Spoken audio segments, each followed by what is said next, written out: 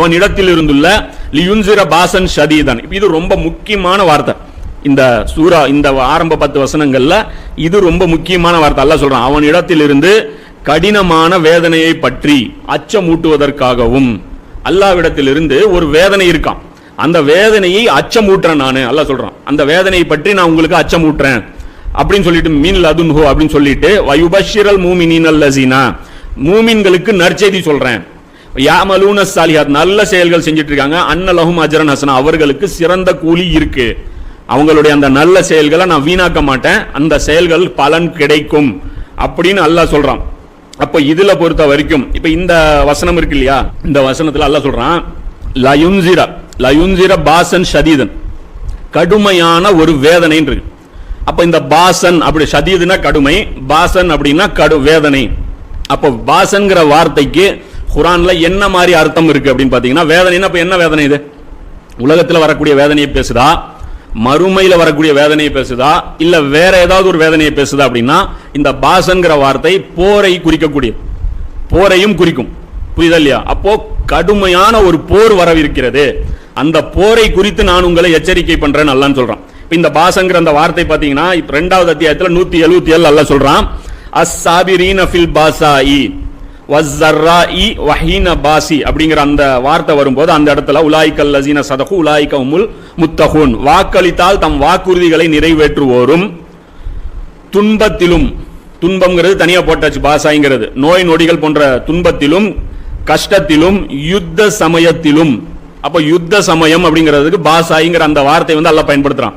அப்ப எல்லாருமே என்ன மொழிபெயர்க்கிறாங்க இந்த இடத்துல, இந்த 2வது அத்தியாயத்தில் 177 பாசங்கிற வார்த்தைக்கு யுத்தம் அப்படின்னு சொல்லிட்டு மொழிபெயர்க்கிறாங்க. அப்ப யுத்தம், அப்ப அல்லாஹ் என்ன சொல்றான் இந்த இடத்துல, அஸாப்னு அல்லாஹ் இந்த இடத்துல சொல்லியிருக்கிறான். வேதனைனா அஸாப் தானே. இப்ப தன்னிடம் இருந்து ஒரு வேதனை இருக்கு அப்படிங்கறது அல்லாஹ் அந்த இடத்துல சொல்லிக்கிறான். இந்த இடத்துல அல்லாஹ் என்ன சொல்றான், லயுன்சிர பாசன் ஷதீத். ஏன் சொன்னல, இறுதி காலகட்டத்தோட இது மெர்ஜ் பண்ணக்கூடியது அப்படிங்கும்போது, இறுதி காலகட்டத்தில் நடக்கக்கூடிய ஒரு கடுமையான போர், அதுவும் அல்லாஹ்வுடைய புறத்தில் இருந்து ஒரு போர் இருக்கு. அந்த போர் நடக்க போது இது வேதனை தரக்கூடிய போரா அமையும். யாருக்கு அப்படிங்கும்போது மூமின்கள் பதறாதீங்க அல்லாஹ் சொல்றான். வயுபஷிரல் மூமினீன, மூமின்களுக்கு அந்த போர்ல வெற்றி இருக்கு அல்லாஹ் சொல்றான். அவர்களுடைய அந்த நற்செயல்கள், அது வரைக்கும் அவங்க பொறுத்துக்கிட்டு இருந்த அந்த நற்செயல்கள் செஞ்சாங்கல்ல, அதற்குண்டான பலனை அவங்க பார்ப்பாங்க. இப்போ அதை வந்து அல்லாஹ் சொல்றான், இப்போ இந்த இறுதி காலகட்டத்தில் ஒரு போர் இருக்கு, அந்த போருக்குண்டான அந்த வெற்றி மூமின்களுக்கு சாதகமா இருக்கும், அதுல மூமின்கள் மகிழ்ச்சி அடைவார்கள், அவர் கை மேல் அந்த பலன் வந்து அல்லாஹ் கொடுப்பான் அப்படின்னு அல்லாஹ் சொல்றான். இப்போ இந்த வேதனை இருக்குல்ல, இந்த போர், இது பாத்தீங்கன்னா பனி இஸ்ராயில் சூறாலையும் அல்லாஹ் வந்து பேசுறோம். அதான் சொன்னல, அந்த 2 சூறாவுக்கு லிங்கும் இருக்கும். அந்த இடத்துல முன்னாடி அல்லாஹ் பேசிட்டு வரான். என்ன சொல்றான் அப்படின்னா, وَإِمِّنْ خَرِيَةٍ إِلَّا نَحْنُ مُهْلِكُوهَا قَبْلَ يَوْمِ الْقِيَامَةِ أَوْ مُعَذِّبُوهَا عَذَابًا شَدِيدًا كَانَ ذَلِكَ فِي كِتَابٍ مَسْطُورًا. இன்னும் கியாம நாளைக்கு முன்னர் அழிச்சாட்டியம் செய்யும் எந்த ஊரையும் நாம் அழிக்காமலோ அல்லது கடுமையான வேதனையை கொண்டு வேதனை செய்யாமலோ இருப்பதில்லை. அழிச்சாட்டியம் பண்ற ஊர் இருக்குல்ல, அழிச்சாட்டியம் பண்ற ஊரை நான் சும்மா விட மாட்டேன், அதை ஒரு வாட்டியாவது நான் அழிச்சே தருவேன். எப்போ அழிப்பான்? கியாம நாள்ல இல்ல, கியாம நாள்ல உலகமே அழிஞ்சிரும். கியாம நாளுக்கு முன்னர் அல்லாஹ் சொல்றான், கப்ல யௌமல் கியாமா, கியாம நாளுக்கு முன்னாடி நம்ம அழிப்போம் அல்லாஹ் சொல்லி சொல்றான். இது லவ்ஃபுல் மௌஃபுல் என்னும் ஏட்டில் வரையப்பெற்றே இருக்கிறது. இது நான் அங்கே எழுதிட்டேங்கிறேன். 17வது அத்தியாயத்தில் 58வது வசனத்தில் அல்லாஹ் சொல்றான், இந்த அறிவுரையை அவர்கள் ஏற்காமல் இருப்பதனால். எந்த அறிவுரையை? குர்ஆனை அவங்க ஏற்காமல் என்ன இருக்கிறாங்க, தன்னுடைய அந்த பிடிவாதத்திலே இருக்கிறாங்க. இறைவனுக்கு ஒரு மகன் இருக்கான் அப்படிங்கிற அந்த பழைய சித்தாந்தத்திலே இருக்கிறனால், அதனால் இவர்களுக்கு பாதிப்பு ஏற்பட்டு, அதனால் உலகம் எவ்வளவு பெரிய பாதிப்பு சந்திக்கும், அந்த பாதிப்பு ஏற்பட்டு அலங்கோலமாக கிடப்பதையும், அந்த நாள் அந்த ஒரு பாதிப்பு ஏற்பட்டு அதுல பாதிப்பு அடைஞ்சி பாதிக்கப்பட்ட நிலையில இவங்க கிடப்பாங்க இல்லையா, அதை நீர் பார்த்தால், இவங்க அடி வாங்கி நொந்து போய் அந்த இடத்துல உட்கார்ந்துட்டு இருப்பாங்க, அதை நீ பாத்தீங்க அப்படின்னா உமது உயிரையே மாய்த்து கொள்ளும் அளவு வேதனை அடைவீர். அந்த நேரத்தில் நீங்க உலகம் இருக்கிற கண்டிஷன் நீங்க பாருங்க, அவ்வளவு ஃபசாத் இருக்கும், அதை நீங்க பாத்தீங்கன்னா செத்தே போயிருவீங்க அப்படிங்கிறேன். அப்ப ரசூலா வருங்க, அந்த ஜாஹிலியத்தையே பொறுத்துக்க முடியாம ஹீரா குகையில போய் உட்காந்தாங்க. இன்னைக்கு ரசூலா வந்தாங்கன்னா கற்பனை பண்ணி பாருங்க என்ன இருக்கும். இன்னைக்கு உலகம் வந்து இந்த கொள்கையினால ஏற்பட்ட மாற்றங்களை பார்த்து, நம்ம முஸ்லிம்கள் பண்ற கூத்த பார்த்து, முஸ்லிம் நாடுகள் பண்ற கூத்த பார்த்து, இதெல்லாம் பார்த்தா ரஹமத்துல்லாஹி ஆலமீன் என்ன பண்ணுவார்? உயிரை நான் செத்தே போயிடலாம், இது நான் உயிரோடவே இருக்க தேவையில்லை, இது இப்படி நாசமா போய் கிடக்குதுன்னு நினைப்பாங்க. இன்னொரு ஒரு படி மேல, இதனால் அல்லாஹ் கொடுக்கக்கூடிய அந்த அஸாபின் காரணமா, இவங்க இப்படி உலகத்தை கெடுத்து குட்டிச்சோறாக்குனாங்க இல்லையா, இதன் காரணமா இந்த போர் நடக்கும் இல்லையா, அந்த போர் நடந்ததுக்கு அப்புறம் அந்த பூமி இருக்கும் இல்லையா, அதை பாத்தீங்கன்னா உங்களுக்கு எப்படி இருக்கும் அப்படின்னு சொல்லி அல்லாஹ் சொல்றான்.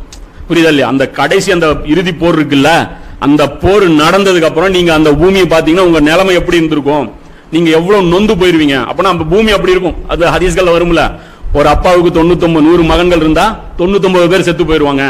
ஒரு பறவை பறந்து இப்படி போகும், அது கீழே வந்து உடல்களை அது பார்த்துக்கிட்டு அதனால பறக்க முடியாம அது விழுந்து செத்துரும். அந்த அளவுக்கு மனிதர்கள் கொத்து கொத்தா செத்து கிடப்பாங்க. இந்த காட்சியை ரசூலா பார்த்தாங்கன்னா எப்படி இருப்பாங்க? அப்ப அந்த அதான் சொல்லலாம் ஆசாரிஹிம் அப்படின்னா, ஆசார்னா என்னன்னா அந்த பலம், அது என்ன சொல்றது, கண்காட்சின்னு அர்த்தம். அவங்களுடைய அந்த காட்சிகள், அந்த காட்சிகளை நீ பார்க்கும் போது அப்படின்ட்டு அதுதான் அல்லாஹ் சொல்றான், நிச்சயமாக நாம் இப்பூமியின் மீதுள்ள அனைத்தையும் அதற்கு அலங்காரமாக ஆக்கியுள்ளோம். இந்த பூமி அல்லாஹ் என்ன பண்ணியிருக்கான், அலங்காரமா ஆக்கியிருக்கான், இதற்கு அலங்காரமா ஆக்கியிருக்கான். இவர்களில் மிகவும் சிறந்த செயலை செய்பவர் யார் என்று இவர்களை சோதிப்பதற்காக, இந்த உலகத்திலேயே யார் நல்ல செயல்கள் செய்யறாங்க கெட்ட செயல்கள் செய்யறாங்கன்னு சோதிக்கிறதுக்காக இதை அலங்காரமா ஆக்கியிருக்கோம். இறுதியில் நிச்சயமாக இவை அனைத்தையும் வெற்று திடலா ஆக்கிருவோம். இந்த நியூயார்க், இந்த சிகாகோ, இந்த லாஸ் வேகாஸ், இந்த லண்டன், இந்த சுவிட்சர்லாந்து இதெல்லாம் அலங்காரம் ஆயிருச்சா, இதை மறுபடியும் நான் நீக்கிறோம், ஒரே ஷேவிங் பண்ணிடுவேங்க, ஒரே ஷார்ப் பண்ணி விட்டுருவேன் அப்படிங்கிறான். இப்ப இதுதான் அந்த போரை பற்றி அல்லாஹ் சொல்லக்கூடிய விமர்சனம். இப்ப இதுல சில முக்கியமான பாயிண்ட்ஸ் இருக்கு. இந்த போரை பற்றி அல்லாஹ் சொல்றான்ல 2வது வசனத்துல அல்லாஹ் என்ன சொல்றான், தன் புறத்தில் இருந்து வேதனை அப்படிங்கிறான், மின் லதுன்ஹு அப்படிங்கிறான். அப்ப தன் புறத்தில் அந்த வார்த்தைக்கு மீனிங் ரொம்ப டெப்தான வார்த்தை. எதுக்காக அந்த வார்த்தை அல்லாஹ் பயன்படுத்துறான்னு பாத்தீங்கன்னா, ஜக்கரியா நபி வந்து துவா கேட்கறாங்க, தன்னுடைய எனக்கு ஒரு மகனை கொடு அப்படின்னு சொல்லி துவா கேட்கறாங்க.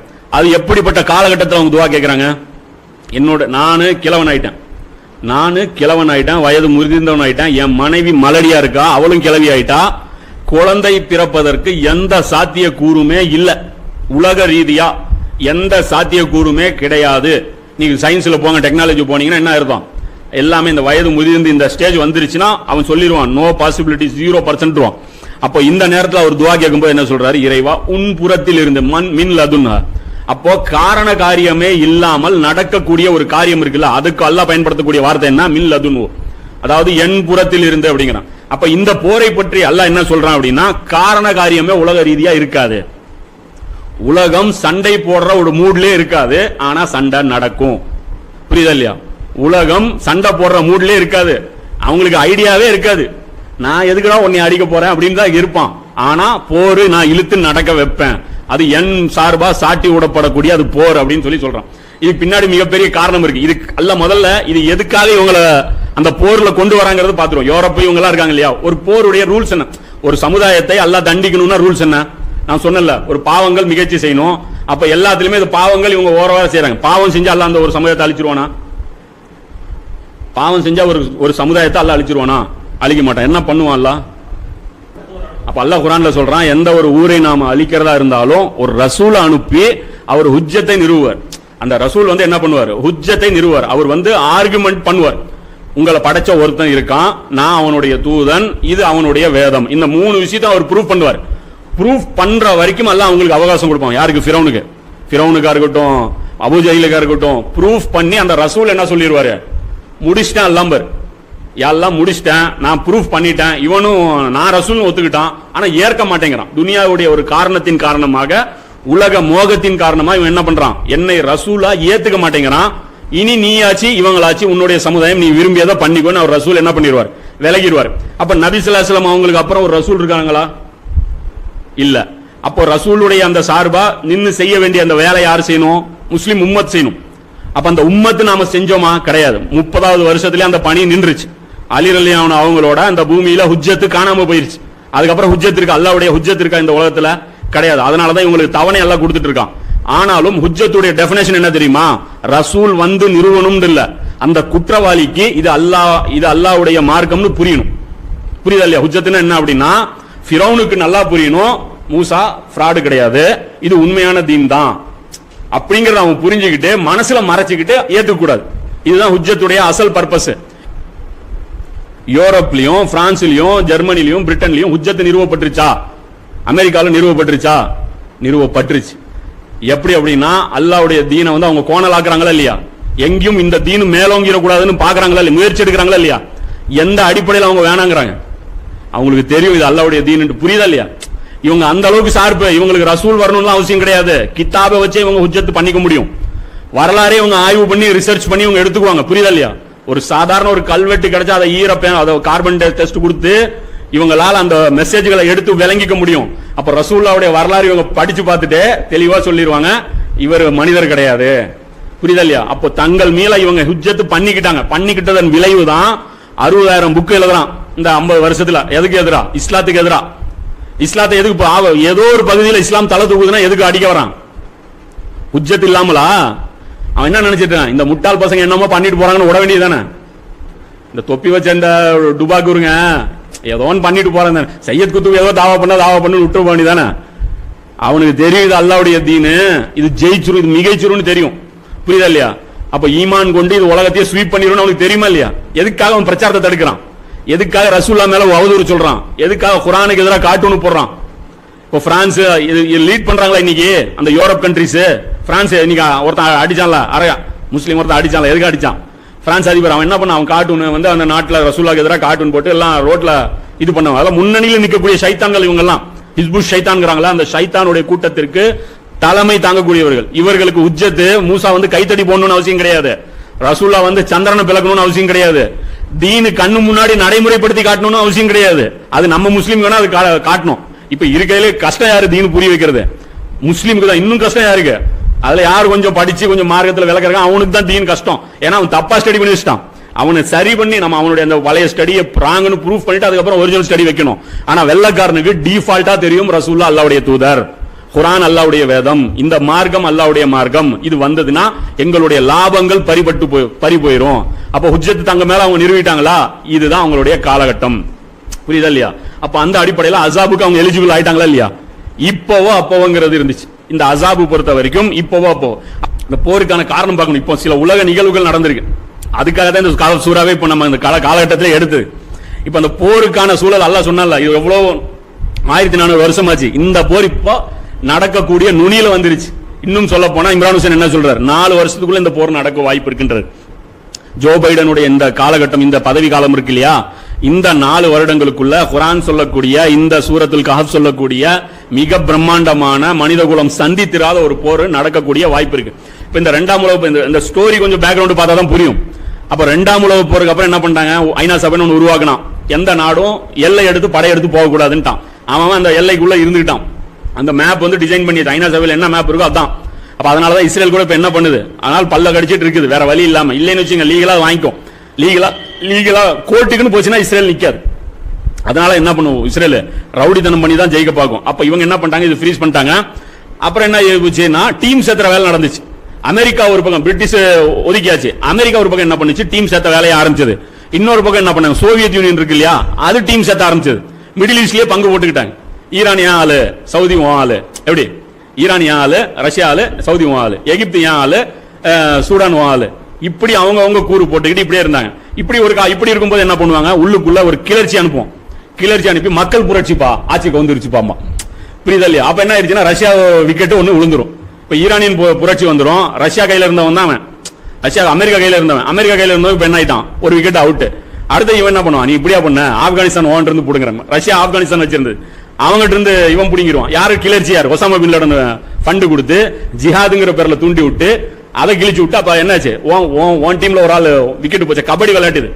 நான் ஒருத்தனை அவுட் பண்ண, நீ ஒருத்தனை அவுட் பண்ண, இப்படி அவுட் பண்ணி இப்ப கேம் விளையாடிட்டு இருந்தாங்க. அதுக்கப்புறம் என்னாச்சு? உச்சகட்டமா 1992 இந்த 90கள் என்னாச்சு? ரஷ்யா கொலாப்ஸ் ஆச்சு, சோவியத் யூனியன் கொலாப்ஸ் ஆச்சு. சோவியத் யூனியன் டோட்டலா டெமாலிஷ் பண்ணிட்டாங்க. இனி சோவியத் யூனியனே கிடையாது. ரஷ்யாங்கிறது ஒரு தனி நாடு. சோவியத் யூனியன் பல நாடுகள் சேர்ந்த ஒரு பெரிய நாடு. அந்த நாடுகள் இப்ப நீங்க எடுத்தீங்கன்னா கசகஸ்தான், தஜிகிஸ்தான், அந்த இஸ்தான் வருது இல்லையா, அந்த யூரோப்ல எடுத்தீங்கன்னா அதெல்லாம் சேர்ந்து ஒரே சோவியத் யூனியனா இருந்தது. அந்த நாடு நாத்திக கொள்கையில் இருந்தது. அதுக்கப்புறம் என்ன போச்சு? அது டோட்டலா டெமாலிஷ் பண்ணாங்க. அது இப்படி கிலாபத் உஸ்மானியா மாதிரி எடுத்துங்க. எப்படி கிலாபத் உடைச்சு 57 நாடுகளா பிரிச்சாங்களோ, கடைசி அப்படி உடைக்கப்பட்ட சாம்ராஜ்யம் எது? Soviet union. அதை உடைச்சு பல நாடுகளா, உக்ரைன், இது எல்லாத்தையுமே பிரிச்சு விட்டுட்டான். 92ல விட்டுட்டான். உலகத்துல இருந்த ஒரே வல்லரசு யாரு? அமெரிக்கா. இவன் மட்டுமே ராஜாவா இருந்தா 92ல. அதுல இருந்து போருக்கான இப்ப வாய்ப்புகள் இருந்துச்சா? எதுவுமே கிடையாது. எல்லாருமே அடிமை. ராஜா ஒருத்தன் தான். யாரு? அமெரிக்கா. இந்த நிலை எது வரைக்கும்? இப்படியேதான் இருந்துச்சு 2020 வரைக்கும். 2017, 18, 19 வரைக்கும் தான் இந்த சூழ்நிலை. இப்ப என்ன ஆயிருச்சு அப்படின்னு பாத்தீங்கன்னா, மறுபடியும் அமெரிக்காவுக்கு எதிராக மிக பிரம்மாண்டமான சக்தி தயாராயிருச்சு. 2 மிகப்பெரிய சக்தி. ஒன்னு ரஷ்யா, இன்னொன்னு சைனா. இப்ப இந்த ரெண்டு சக்தியும் ரெடி ஆயிருச்சு. இப்ப இவன் எதன் மூலமா கட்டுப்படுத்தினா இவன் எல்லாரையுமே அடிமையாக்குனா? உலக வங்கி மூலமா. உலக வங்கி நாங்க தான் கரன்சி விலையை நிர்ணயம் பண்ணுவோம். உலக வங்கியுடைய அபிஷியல் கரன்சி எது? டாலரு. புரியுதா? எதா இருந்தாலும் டாலர்ல தான் டீல் பண்ணணும்னா கடைசியா இவங்க என்ன பண்ணாங்க? இவங்க கண்டுக்காம இவங்க ஃபுல் அண்ட் ஃபுல் போக்கஸ் என்ன பண்ணிட்டு இருந்தா? அமெரிக்கா முஸ்லீம்களை ஒழிக்கிறதுலே பண்ணிட்டு இருந்தா. 1990 இருந்து ரஷ்யா ஒடிச்சதுக்கு அப்புறம் நேட்டோன்னு ஒரு அமைப்பு உருவானம். நேட்டோங்கிற ஒரு அமைப்பு உருவாச்சு. எப்போ உருவாக்குனாங்க? அது ரஷ்யா சோவியத் யூனியனா இருந்துச்சு இல்லையா?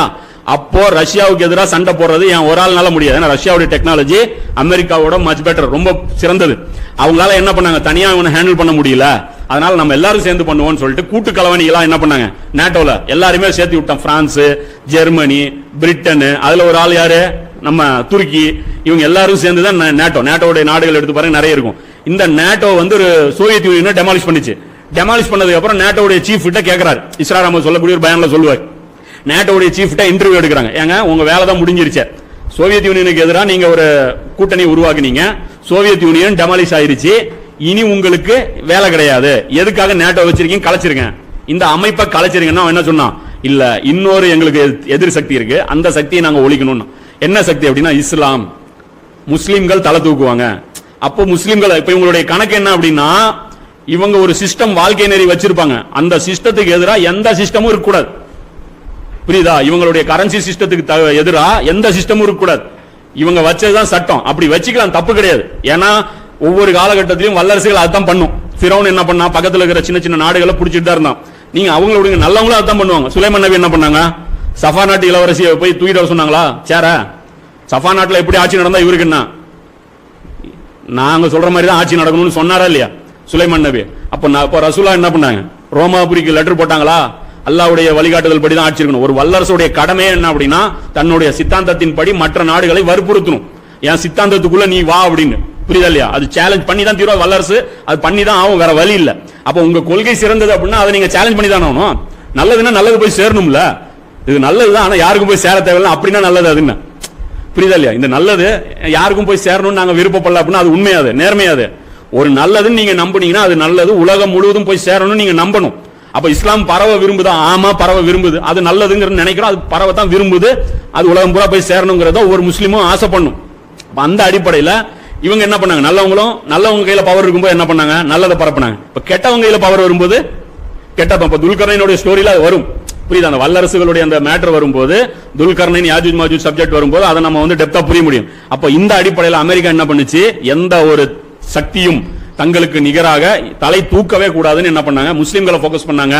ஆப்கானிஸ்தான்ல ரஷ்யாவை துரத்துனதுக்கு அப்புறம் ஆப்கானிஸ்தான்ல முஸ்லிம்கள் என்ன பண்ணாங்க? அவங்களுடைய அந்த பழைய சிஸ்டம் படி ஒரு இவங்களுடைய அந்த உலக வங்கி இந்த உங்களுடைய சிஸ்டம் இல்லாம, ஏன்னா வட்டிங்கிறதுனால அவங்க வாங்க மாட்டாங்களே, அவங்க என்ன பண்ணாங்க? தங்களுக்குன்னு ஒரு சிஸ்டம் உருவாக்குனாங்க. இது த்ரெட்னிங். அவங்க தான் சொன்னல ஹுஜ்ஜத்.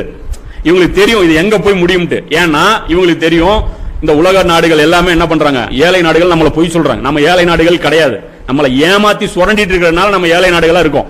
இந்தியா மட்டும் அமெரிக்காவுடைய பிடியில் இருந்தோ இல்ல வல்லரசுகளுடைய பிடியில் இருந்து வெளியே வந்துச்சுன்னா மிகப்பெரிய பணக்கார நாட்டுல இந்த நாடு தான் இருக்கும்.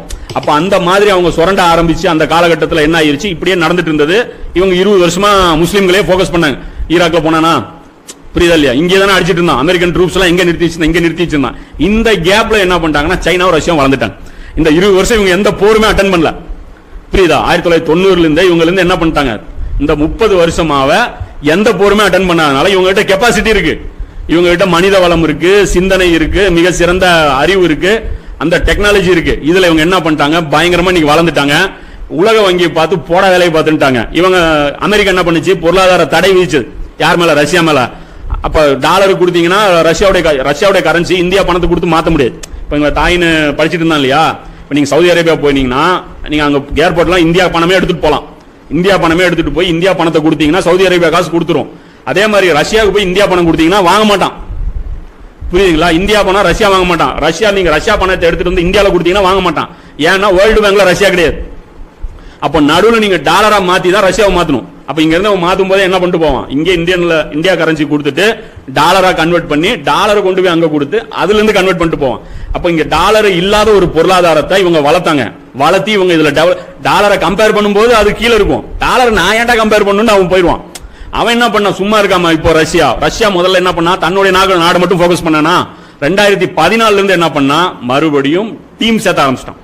அந்த பழைய ஃபார்ம் இருக்குல்ல, சோவியத் யூனியன்ல இருந்து என் கூட யாரெல்லாம் கட்சி சேர்றீங்கன்ட்டு அது மாதிரி சோடி போட்டுக்கலாம் வா அப்படின்னு சொல்லிட்டு சேர்த்த ஆரம்பிச்சான். கிரீமியாங்கிற ஒரு பகுதி அவன் ஜெயிச்சு இனிமே உலக அரசியல் நானும் இருக்கு ஒருத்தன் அப்படின்னு சொல்லி அவன் டாமினேட் பண்ண ஆரம்பிச்சான். இப்படி அந்த டாமினேஷன் போய் போய் போய் இன்னைக்கு எந்த அளவுக்கு ஆயிருச்சுன்னா அமெரிக்காவோட மிகப்பெரிய சக்தியை நீ வந்துருச்சு. அதனாலதான் ட்ரம்ப் அவசரமா தூக்குனாங்க. இல்லைன்னா ட்ரம்ப் மாதிரி ஒரு சிறந்த ஒரு அடிமை வந்து இவங்க சிக்க மாட்டாங்க. இவன் தான் ஜெருசலம் தலைநகரம்லாம் ஆக்குனாங்க. ஆனா ட்ரம்ப் எடுத்தீங்கன்னா லாய்க்கு கிடையாது, இந்த போருக்கு இதுக்கெல்லாம் லாய்க்கு கிடையாது. லாபம் நஷ்டத்தை மட்டுமே கணக்கு பார்க்கக்கூடியவன். அதை வந்து அமெரிக்காவை பலி கொடுத்தாவது எதிரி சக்திகளை தடுக்கணும். இந்த போர்கள் ட்ரம்ப் சொல்ல போனா ட்ரம்ப் நல்லவன், நம்மால எல்லாமே உள்டாவதான நினைப்பான். ட்ரம்ப் ஜெயிக்க கூடாது எவ்வளவு ஆசைப்பட்டேன். ட்ரம்ப் ஜெயிச்சிருந்தாலும் உலக நிம்மதியா இருந்திருக்கும். ட்ரம்ப்புடைய 5 வருஷத்துல எந்த போர் நடந்துச்சு? இருக்கிற அந்த அமெரிக்கன் ட்ரூப்ஸ் எல்லாம் வெளியே கொண்டு வந்தது கூட யாரு? ட்ரம்ப் தானே கொண்டு வந்தான். ட்ரம்ப் ஜெயிக்க கூடாது. ஜோ பைடன் அழகா முஸ்லீம்களை பத்தி பேசுறாரு. அப்ப முஸ்லீம் ஐ லவ் முஸ்லீம் என்ன அர்த்தம்? ஐ லவ் சிக்கன் என்ன அர்த்தம்? கோழியை நான் மிகவும் விரும்புகிறேன்னு அர்த்தம் இல்ல, கோழியை அறுத்து பலி போட போறேன்னு அர்த்தம். அது மாதிரி ஐ லவ் முஸ்லீம் அப்படின்னா முஸ்லீம்களை விரும்பி சாப்பிட போறேன் அப்படின்னு அர்த்தம். அதை உங்களுக்கு புரியாம என்ன பண்ணாங்க? ட்ரம்ப் ஜெயிக்க, மோடி போய் சப்போர்ட் பண்ணதுனால ட்ரம்ப் ஜெயிக்க கூடாது அப்படின்னாங்க. இப்ப வந்ததுக்கு அப்புறம் வச்சா ஒரே ரிவிட்டு. இப்ப பலஸ்தீனுடைய அந்த இஷ்யூ வந்த உடனே என்ன ஸ்டேட்மெண்ட் கொடுத்தான்னு தெரியும். இது ஒரு ஸ்டோரி. இப்போ மெயின் மேட்டருக்கு வரும். என்ன விஷயம்னா சைனாவும் உலக வங்கியிலிருந்து வெளியே போகுது. சைனாவும் உலக வங்கியிலிருந்து போய் சைனாவும் ரஷ்யாவும் இது பண்ணிக்குது, பிசினஸ் பண்ணுது. அதே மாதிரி சைனாவும் யூரோப்பும் பிசினஸ் பண்ணுது. அதிகமான சரக்குகள் சைனா அடிமையா இருந்துச்சு. ஆப்பிள் போன்ல இருந்து எல்லாமே எங்க தயாரிச்சிட்டு இருந்தாங்க? சைனால தான் தயாரிச்சிருந்தாங்க. அமெரிக்காவுடைய அந்த பொருளாதாரத்துக்கு இது கீழே தான் அவங்க இருந்தாங்க. அவங்களுடைய அந்த பொருளாதார ஸ்ட்ராட்டஜி பாலிசிஸ் எல்லாம் மாத்திட்டு சைனா மிகப்பெரிய லெவல்ல வளர்ந்துருச்சு. அவங்க ஜாப் ஆர்டர் எல்லாம் கொடுக்க கொடுக்க கொடுக்க சைனா அசுரத்தனமா வளர்ந்துருச்சு. இப்ப சைனா என்ன பண்ணிருச்சு? வேர்ல்டு பாலிடிக்ஸ்ல சைனா இன்வெஸ்ட்மெண்ட் பண்ண ஆரம்பிச்சிருச்சு. சைனா என்ன பண்ணுச்சு? ஆப்பிரிக்கால சைனா இன்வெஸ்ட்மெண்ட் பண்ணுது. இலங்கையை யார் வாங்கிட்டா? சைனா ரேட்டு கொடுத்து வாங்கிருச்சு. எல்லா பக்கமும் வாங்கினதுனால இப்ப என்ன பண்ணிட்டாங்க? அமெரிக்கா விட்டா ஒவ்வொரு நாடா நம்ம கையில இருந்து பிச்சுட்டு போயிரும். அப்ப இது மாதிரி இப்ப இவங்க என்ன பண்ணிட்டாங்கன்னா இவங்க சொந்தமா எப்படி பொருளாதாரத்தை வளர்க்கலாம்னு சொல்லிட்டு இப்ப போன வாரம் நேட்டோ, அந்த செத்து போன நேட்டோ 1992 அவங்க அமைத்து போனாங்களா, அந்த நேட்டோடைய மீட்டிங் நடத்தினான். இப்ப மீட்டிங் நடத்தி அதுல யாரு போனா? நம்ம இஸ்லாமிய போராளி யாரு? தையப் உர்தகன். அவங்க அதாவது அவர் தான் முஸ்லிம்கள், அதாவது அலிலியன் சொல்லுவாங்கல்ல, உமர்லியன் சொல்லுவாங்கல்ல, என்னுடைய சகோதரனை என் கையில கொடுங்க, அலியுடைய சகோதரனை அலி கையில கொடுங்க, எங்க கையாலே நாங்க அறுக்கிறோம். அது மாதிரி நேட்டோல இவன் இருக்கிறான். முஸ்லிம்கள் அறுக்கிறதுக்கு துருக்கி என் கையால கொடுங்க, நான் அறுக்கிறேன்.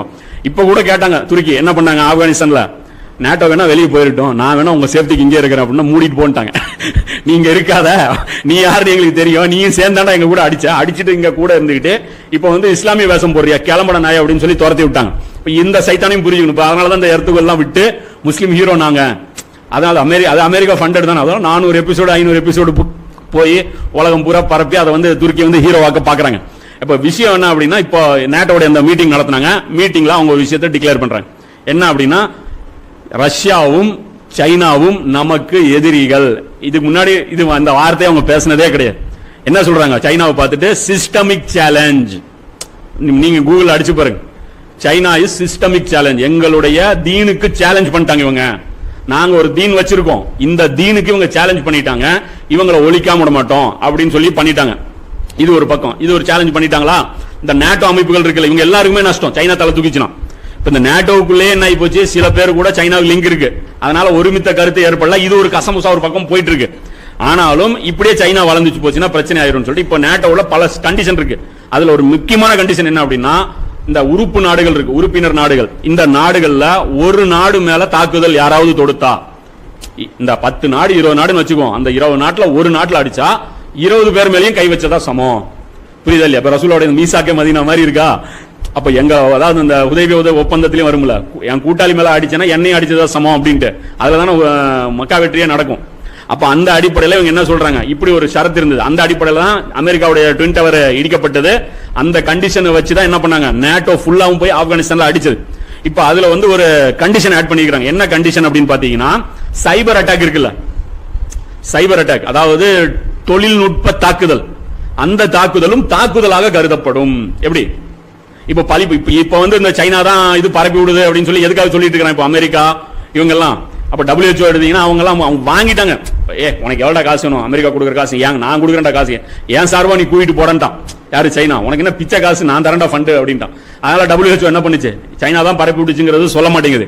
ஃபண்ட் அவனா சொல்லிட்டான்ல ட்ரம்ப், உனக்கு நான் காசே தர மாட்டேன்ட்டு. அவன் சொல்ல வைக்கணும் சைனா தான் பரப்பி விட்டுச்சுன்னா இப்ப மனிதர்கள் எல்லாத்தையும் சிரமம் வந்துட்டாங்களா? கடை திறக்க முடியாம, மாஸ்க் திறக்க முடியாம. இப்ப மனித குல எதிரி யாரு? சைனா. அப்ப சைனாவை அடிக்கிறது நம்ம மேல கடமை இல்லையா? எப்படி அமெரிக்கா அந்த அந்த கிரியேட் பண்ணுது சிச்சுவேஷன். நீ அடிங்கிறான், சைனா அடிச்சீங்கன்னா காசூரா நடக்கும். பாசன் சரிதான், அவன் எவ்வளவு என்னென்ன வச்சிருக்கான் தெரியுமா? எல்லாரும் வச்சிருக்காங்க. சைனா அடிச்சீங்கன்னா அடுத்து நடக்கிற போர் ரொம்ப கொடூரமா இருக்கும். அப்ப சைனா அடிச்சீங்கன்னா ரஷ்யா வருவான். அப்ப ரஷ்யாவுடைய கூட்டாளி யாரு? ஈரான் வருவான். ஆளுக்கு இங்க ஒரு டீம் வந்து செட் பண்ணிட்டு இருக்காங்க. இது ஒரு இஷ்யூல போயிட்டு இருக்கு. இப்போ இவங்க டிக்ளேர் பண்ணிட்டாங்க. இது டிக்ளேர் பண்ணது போருக்கு டிக்ளேர் பண்ணது சமம். இப்போ இவங்க என்ன தேடிட்டு இருக்காங்கன்னா ஒரு சாக்கு. இப்ப என்ன தேடிட்டு இருக்காங்க? ஒரு சாக்கு, ஒரு ஃபால்ஸ் இப்ப தேவைப்படும். இப்ப என்ன தேவைப்படும்? ஒரு ட்வின் டவர் தேவைப்படும். ஒரு ட்வின் டவர் காமிச்சிட்டாங்கன்னா அடுத்தது பிஸ்மில்லா பண்ணிடுவாங்க. இப்ப ஆப்கானிஸ்தான்ல இருந்து இந்த படைகள் போகுது, எங்க போகுது? இவங்களுக்கு வேற பொழப்பே தெரியாத. எங்க போறாங்க தெரியுமா? சவுத் சைனா சீக்கு போறாங்க. இவங்க அமெரிக்கா மெயினா வச்சிருக்கிறது என்ன தெரியுமா? போர் கப்பல் தான். போர் விமானங்களோட அமெரிக்காவுடைய ராணுவம் எது ஸ்ட்ராங்? நேவி தான் ஸ்ட்ராங். தரைப்படையை விட வான்படையை விட அமெரிக்காவுடைய நேவி தான் ஸ்ட்ராங். அப்ப அந்த கப்பல்கள் எல்லாம் என்ன பண்ணிட்டாங்க? கொண்டு போய் சைனாவோட அந்த 200 கிலோமீட்டர் தான் ஒரு நாட்டுடைய கடற்கரையிலிருந்து 200 கிலோமீட்டர் தான் அவங்களுடைய கணக்கு. அதுதான் சைனா. 200 கிலோமீட்டர் தாண்டிடுச்சுன்னா அது சைனா கிடையாது, இன்டர்நேஷனல் பார்டர். அப்ப இன்டர்நேஷனல் பார்டர்ல கொண்டு போய் நிறுத்தி வச்சுட்டானுங்க. அப்புறம் அங்க ஒரு குட்டி தீவு இருக்கும், அதை வாங்கிக்குவானுங்க.